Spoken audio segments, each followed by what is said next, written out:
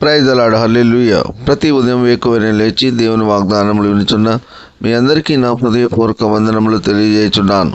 ఈ విశ్రాంతి దినమున ప్రతి ఒక్కరూ దేవుని ఆలయానికి వెళ్ళి ఆయనను స్తుతించి గణపరిచే రోజు గనుక ప్రతి ఒక్కరూ క్రమం తప్పకుండా ఆరాధనలో పాల్గొనాలి. ఈరోజు దేవుని వాగ్దానము పరిశుద్ధ గ్రంథము నుండి కీర్తన గ్రంథము 9వ అధ్యాయము 1వ వచనం. నా పూర్ణ హృదయముతో నేను యెహోవాను స్తుతించెదను. యెహోవా నీ అద్భుత కార్యములన్నిటినీ నేను వివరించేదను. ఆమేన్, హల్లెలూయా. భక్తుడైన దావీదు మహారాజు గారు వాక్యం ద్వారా ఈ విధంగా తెలియజేస్తున్నారు.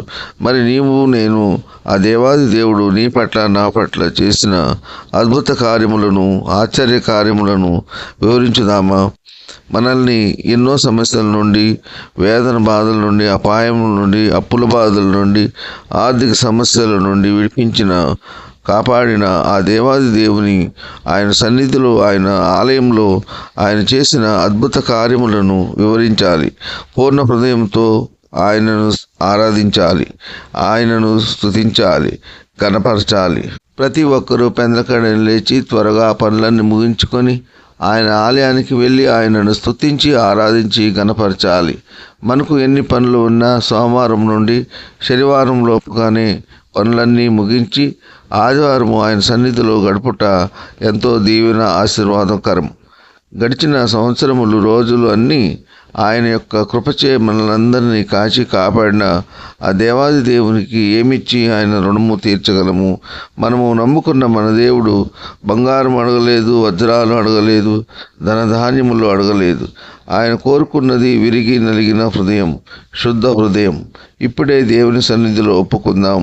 దేవా, ఇక నుంచి నేను మంచిగా జీవిస్తానయ్యా. పాపపు తలంపులు, పాపపు ఆలోచనలన్నిటినీ తీసివేసి నూతన హృదయం నాకు దయచేయి ప్రభువా అని ఒప్పుకుందాం. దేవుని దీవెన, ఆశీర్వాదములు పొందుకుందాం. ఈ కొద్ది మాటలు దేవుడు దీవించును గాక.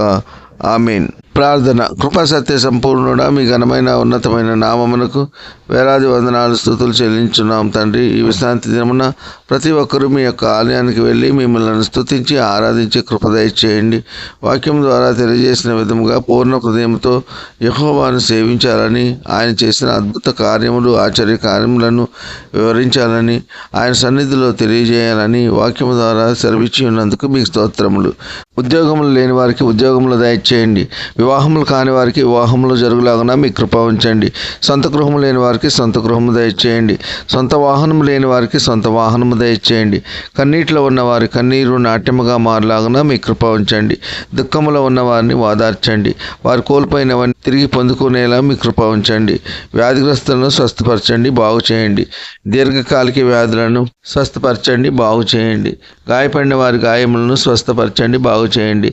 వారి శరీరంలో ఎక్కడ ఎటువంటి బలహీనత ఉన్న యేసు నామములో ఇప్పుడే వారి బలహీనతలన్నిటి నుండి విడుదల కలుగును గాక. ఉద్యోగస్తులను, వ్యాపారస్తులను, కూలి పని వారిని కాపాడండి. వారు చేస్తున్న పనుల్లో, రాకపోకల్లో కాపాడండి. దిక్కులేని వారిని, దీనులను, అనాథలను కాపాడండి. వారికి కావలసిన ఆర్థిక సహాయం అందులాగున మీ కృప ఉంచండి.